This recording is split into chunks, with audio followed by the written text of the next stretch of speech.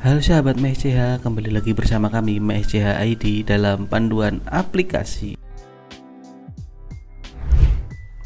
Baik, jika sudah data siswa sudah terinput, yang selanjutnya kita pilih adalah klik menu pembayaran di sini.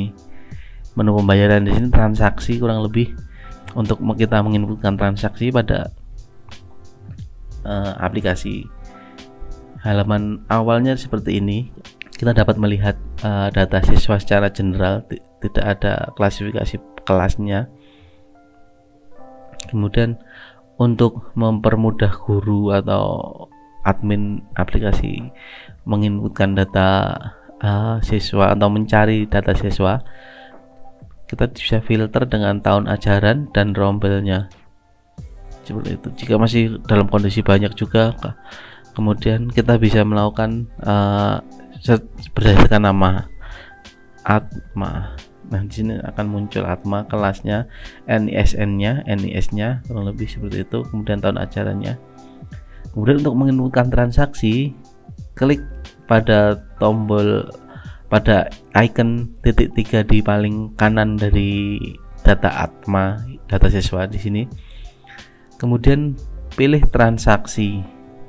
Pada form transaksi di sini ada kolom tahun ajaran yang defaultnya adalah tahun ajaran yang aktif, kemudian ada tanggal bayar, default juga tanggal hari ini berjalan, kemudian ada list tagihannya. Kemudian di sini nominalnya sudah fix, sudah pasti ya, otomatis mengambil dari kategori SPP yang sudah ditentukan sebelumnya. Kemudian di sini guru atau admin hanya tinggal memilih bulannya saja, katakanlah bulan Januari.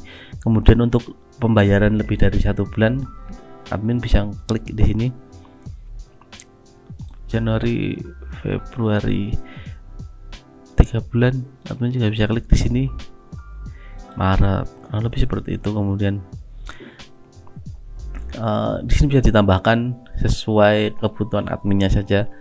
Dalam satu kali transaksi mau tanggal sampai bulan berapa bisa. Kemudian di sini ada total tagihannya sebesar 300.000. Di sini adalah tunainya. Maksud tunai di sini adalah uang tunai yang diberikan siswa ke admin TU atau tata usaha.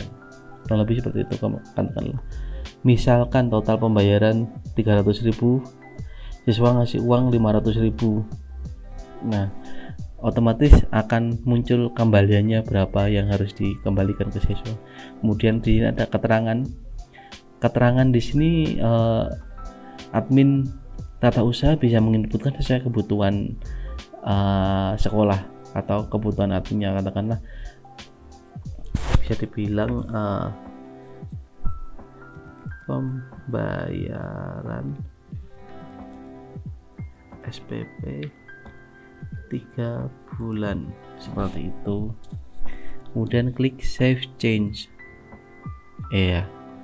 Di sini akan muncul, kalau berhasil akan muncul detail transaksinya.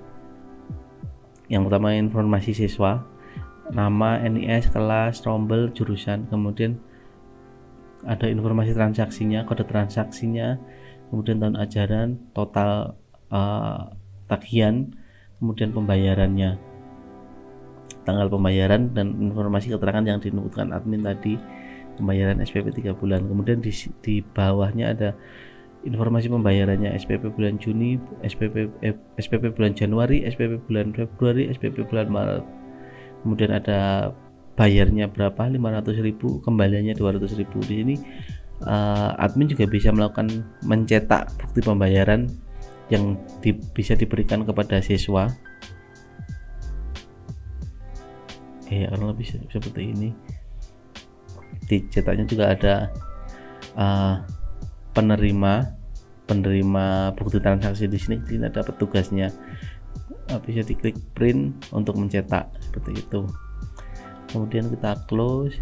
Nah, untuk melihat riwayat transaksi, lakukan hal yang sama, yaitu klik icon titik 3 di bagian paling kanan data siswa, kemudian klik riwayat pembayaran seperti ini. Di sini akan muncul riwayat pembayaran siswa. Di sini riwayat di sini kita tampilkan adalah riwayat per transaksi pembayaran, bukan per tagihan ya Bapak Ibu Guru. Ini kita juga bisa cetak untuk kebutuhan sekolah mungkin. Di sini klik print, nanti akan muncul berapa tagihannya, total pembayaran, tahun pembayaran, seperti itu. Kemudian untuk melihat detail transaksinya, silahkan klik icon detail pada kolom paling kanan, kolom aksi ya, ini sebenarnya namanya. Klik icon detail. Nah, di sini akan muncul transaksi detailnya, kode transaksi, pembayaran, dan totalnya. Kemudian di bawahnya adalah detail total, detail tagihannya, SPP bulan Januari, SPP bulan Februari, SPP bulan Maret. Di sini kita juga masih bisa melakukan mencetak transaksi, detail transaksi. Ya, seperti ini tampilannya. Nanti klik print untuk melakukan cetak.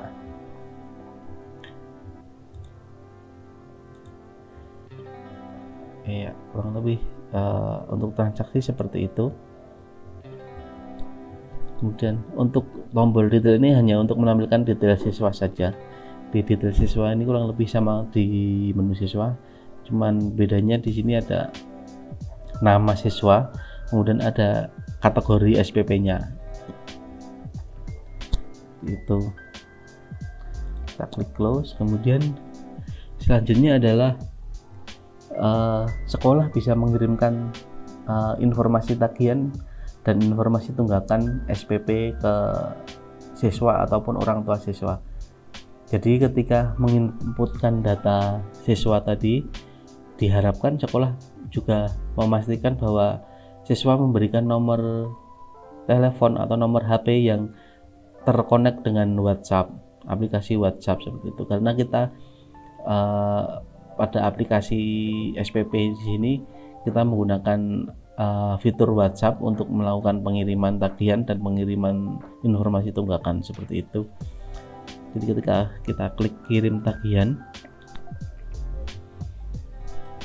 kurang lebih seperti ini tampilannya.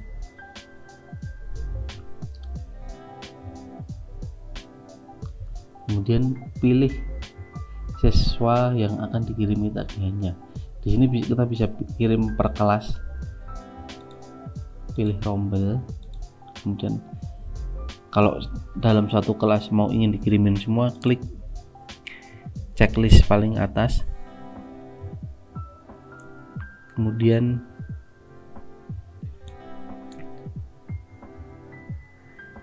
klik kirim tagihan. Kalau berhasil akan muncul tagihan berhasil dikirim seperti itu. Kemudian kurang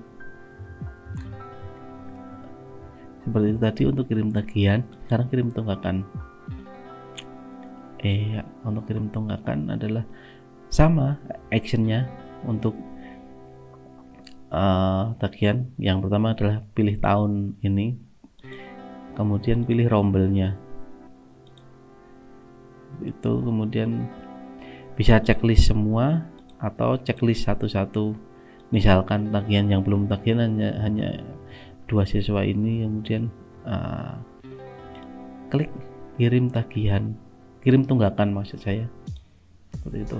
Tunggakan di sini akan otomatis mengirimkan seluruh tunggakan siswa yang di sistem belum tercatat melakukan pembayaran. Katakanlah siswa masih menunggak SPP 3 bulan, berarti kirim tunggakannya adalah 3 bulan tagihan yang belum terbayar seperti itu. Kemudian apa bedanya antara kirim tagihan dan kirim tunggakan? Nah, yang dimaksud tagihan adalah siswa dikatakan masih punya tagihan itu pada bulan berjalan. Jadi katakanlah sekarang bulan Maret. Nah, SPP bulan Maret itulah yang disebut tagihan. Kemudian apa yang dimaksud dengan tunggakan itu adalah tagihan pada bulan sebelumnya yang belum terbayar di bulan berjalan seperti itu. Jadi ketika siswa belum melakukan pembayaran bulan Februari sampai dengan tanggal 28 atau 29 Februari, siswa masih tagihan siswa itu masih akan dianggap sebagai tagihan sampai dengan bulan tanggal 1 bulan Maret. Ketika tanggal 1 bulan Maret, tagihan bulan Februari tersebut akan diakui sebagai tunggakan siswa pada bulan Februari seperti itu. Jadi selama masih bulan berjalan, SPP tersebut masih menjadi tagihan. Tetapi jika sudah bulan berganti bulan berikutnya dan siswa belum melakukan pembayaran pada bulan tersebut, berarti sudah diakui sebagai tunggakan atau menunggak siswa seperti itu. Kemudian untuk pesan tagihannya, apakah bisa disetting kata-katanya seperti itu? Bisa Bapak Ibu. Kemudian silahkan klik di setting, kemudian template pesan. Nah di sini ada dua, yaitu tunggakan, kurang lebih isinya seperti ini. Yang pertama adalah salam pembuka, kemudian ada isi pesan, kemudian adalah penutup, salam penutup. Di sini ada pengirimnya, nama pengirim siapa nanti akan tampil di WA. Katakanlah nama pengirimnya adalah bagian tata usaha SMP berapa, SMP apa, seperti itu, kurang lebih seperti itu. Dan untuk menampilkan nominalnya, untuk menampilkan nama siswanya, di sini pada pesan bisa menampilkan nama siswa, bulan dan tahun seperti itu. Katakanlah salam pembuka, kemudian isi suratnya. Dengan surat ini kami menyatakan bahwa terjadi tunggakan kepada putra putri Bapak Ibu atas nama dolar siswa, kemudian pada bulan dolar bulan, kemudian tahunnya juga dolar tahun seperti itu. Jadi ini di sini sudah ada petunjuk pengisiannya.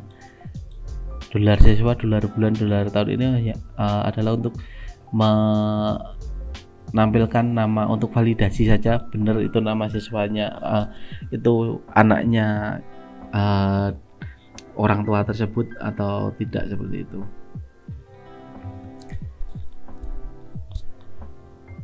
Kemudian di template tagihan juga sama kurang lebih.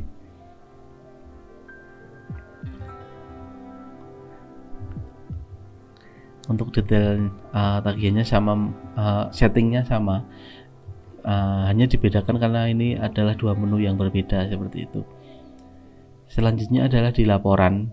Laporan di sini hanya ada dua laporan. Yang pertama adalah SPP masuk. Di sini SPP masuk.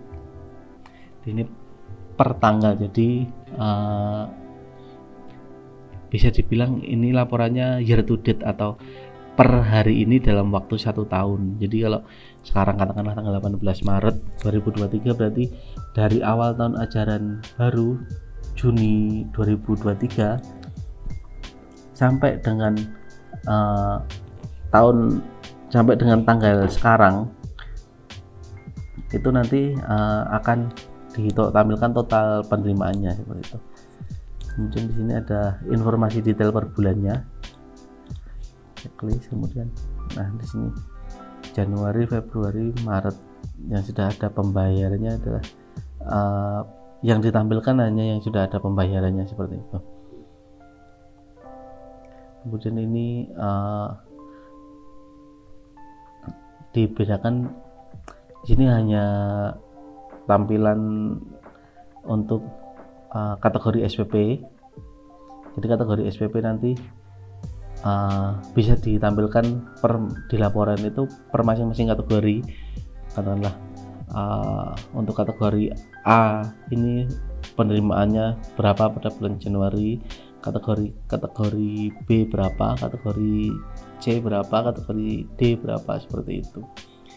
Di sini lebih ke custom ya Bapak Ibu. Jadi nanti ditampilkan informasinya sesuai kebutuhan masing-masing sekolah, seperti itu.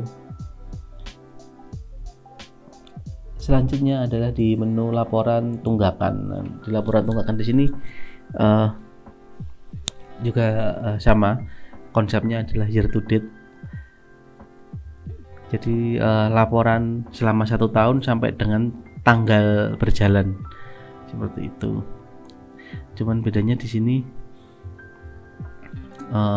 mungkin kalau yang tadi yang ditampilkan adalah untuk bulan-bulan yang sudah ada pembayaran. Nah, di sini ditampilkan bulan-bulan yang ada yang belum membayar, seperti itu. Jadi dari Juli, Agustus, September sampai bulan terakhir sebelum bulan berjalan. Jadi sampai sekarang berarti sampai Februari, seperti itu. Kemudian ada totalnya, total tunggakannya di sini. Kurang lebih seperti itu untuk aplikasi SPP.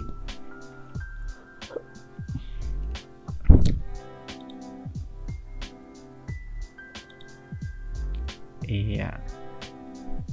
Kemudian jika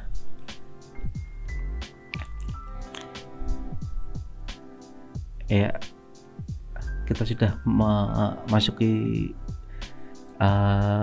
terakhir untuk aplikasi SPP ini, jika ada yang ingin ditanyakan atau ingin dikonfirmasi, silakan hubungi kontak person tim dari MyEJA ID. Silakan tanyakan kepada tim sales maupun tim support kami. Sekian penjelasan aplikasi dari saya. Terima kasih.